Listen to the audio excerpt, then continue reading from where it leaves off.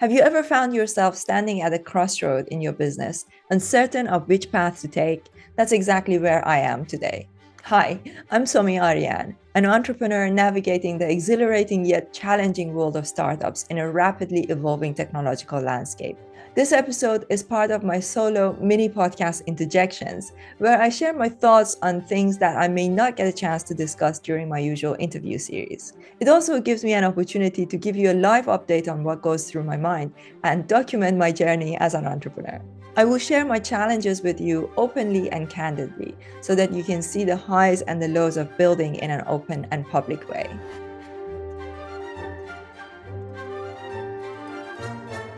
Over the past few years, we've seen major shifts in the tech landscape. First, it was social media, then the rise of Web3 and the metaverse, and now the spotlight is on AI. Before we know it, quantum computing and then probably nanotechnology will be here. The pace of change is staggering, and if not managed well, it can be overwhelming. I speak from firsthand experience. For the past few years, I've poured my heart and soul into building a platform in the Web3 space. I've interviewed industry leaders, built a community, and even raised funding. But now I'm at a crossroads. I'm grappling with tough decisions. The Web3 space, which was once buzzing with promise and potential, has hit a rough patch. I'm left wondering, should I stay the course with Web3 and hope for the best, or should I pivot? Or should I simply expand into burgeoning areas like AI and wider business? Whatever decision I make here could shape the future of the business, and it's not one that I take lightly, especially at a time when regulatory scrutiny is upon Web3 and the macro landscape is looking less than optimal. In this video, I want to take you along my journey. I'll share the highs and the lows, the victories and the challenges, and the pivotal moments that have brought me to where I am today. From time to time in these solo series, I will also discuss some of the steps that I'm taking to look after my mental health, to be able to hold my nerve through these tough times in the market. We are in a state of constant transition in this exponential age. Perhaps my experience can also provide insights to help you on your journey as you experience some of the same challenges in your business or career. Before we delve into this turning point that I'm facing, let's rewind a bit. My journey didn't start with Web3. In fact, the current platform that I'm building first started in 2020 with a focus on empowering women and encouraging their participation in business and technology.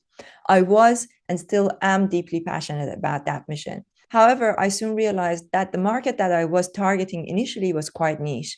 There weren't enough women building large startups or venturing into tech. At the same time, most other companies working in these areas of women empowerment were nonprofit organizations. People expected us to become nonprofit, and the corporations that we wanted to work with often put us into their diversity and inclusion budget, which was super limited and more of a tick box exercise. Meanwhile, throughout 2018 and 19, I had written a book about the future of work and AI. But at that time, AI wasn't the hot topic that it is now. I also had a personal interest and knowledge in blockchain technology, but I didn't talk about that much since we were in the previous bear market at the time. Then in 2021, the Web3 space boomed with NFTs and crypto hitting all-time highs. I saw an opportunity and decided to pivot. I shifted my focus to Web3, a space that was brimming with excitement and potential.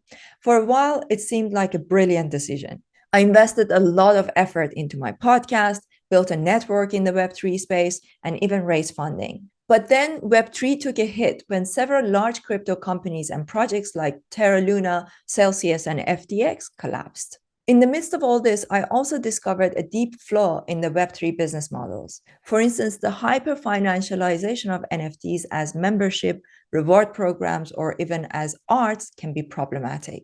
People start to speculate on these tokens, which causes the prices to fluctuate wildly and affect the project's ability to maintain a sustainable business model. The Web3 space is currently dominated by individuals who call themselves degens, short for degenerates, who are primarily interested in excessive trading and speculation. Also, creating recurring revenue in the Web3 space is challenging.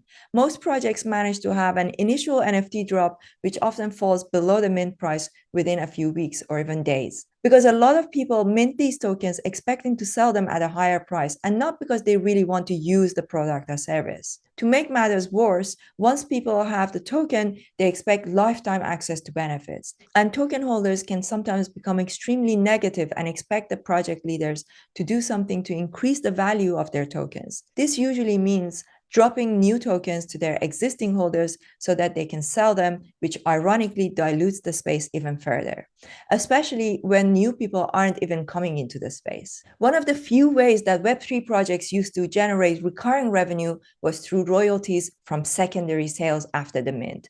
But even that has diminished as many people decided that they didn't want to pay creator royalties, and new marketplaces emerged that didn't honor them. All in all, it feels that Web3 is shooting itself in the foot on all fronts. Most Web3 startups are struggling to have enough runway to weather a storm that no one knows how long it will last. Funding has become difficult to secure too, as there's a direct correlation between the price of Bitcoin and Ether and the willingness of VCs to invest in the space. And we all know that BTC and ETH have struggled to keep their heads above water for the past couple of years. Given all of these reasons, and my original focus and interest in AI and the bigger business landscape, I've decided to expand our reach and our content to encompass a wider business community. In the meantime, I will work more closely with other Web3 creators, investors, and enthusiasts to come up with solutions to some of these challenges that I just mentioned. When I first entered the Web3 space, I used to give talks on how token economy allowed us to align incentives between token holders and creators. But I think that promise hasn't quite held true. In Web3, we still have a lot more work to do to build sustainable models. I'm aware that I'm not alone in this situation. Many other creators and entrepreneurs are also grappling with similar challenges. The world is changing at a rapid pace, and we are all striving to navigate these challenges as effectively as possible. If you're watching this and find yourself in a similar predicament, I want you to know that it's okay to feel uncertain. It's okay to contemplate a pivot or at least expand your horizons. And it's okay to take your time making these significant decisions. In the end, the goal is to create something that not only survives, but thrives in this rapidly challenging digital landscape. And I believe that by sharing our experiences and learning from each other, we can all navigate these challenging times more effectively. There is no one-size-fits-all answer to these questions. Each entrepreneur's journey is unique, shaped by their vision, their circumstances, and their resilience. But there are a few key factors that can guide your decisions. First, you need to understand your market. Is it growing or is it shrinking? Are there new opportunities emerging? Are there challenges that are making it difficult for you to succeed? In my case, the Web3 space has been facing some challenges, but at the same time, there are a lot of potentials in other areas like AI and the bigger business landscape. Understanding these dynamics is crucial for making informed decisions. Second, you need to consider your resources. Do you have the funding, the team, and the expertise to pivot or expand your horizons successfully? And finally, you need to listen to your gut. Sometimes the best decision is the one that feels right to you, even if it's not the easiest path. Your intuition can be a powerful guide shaped by your experience, your values, and your vision.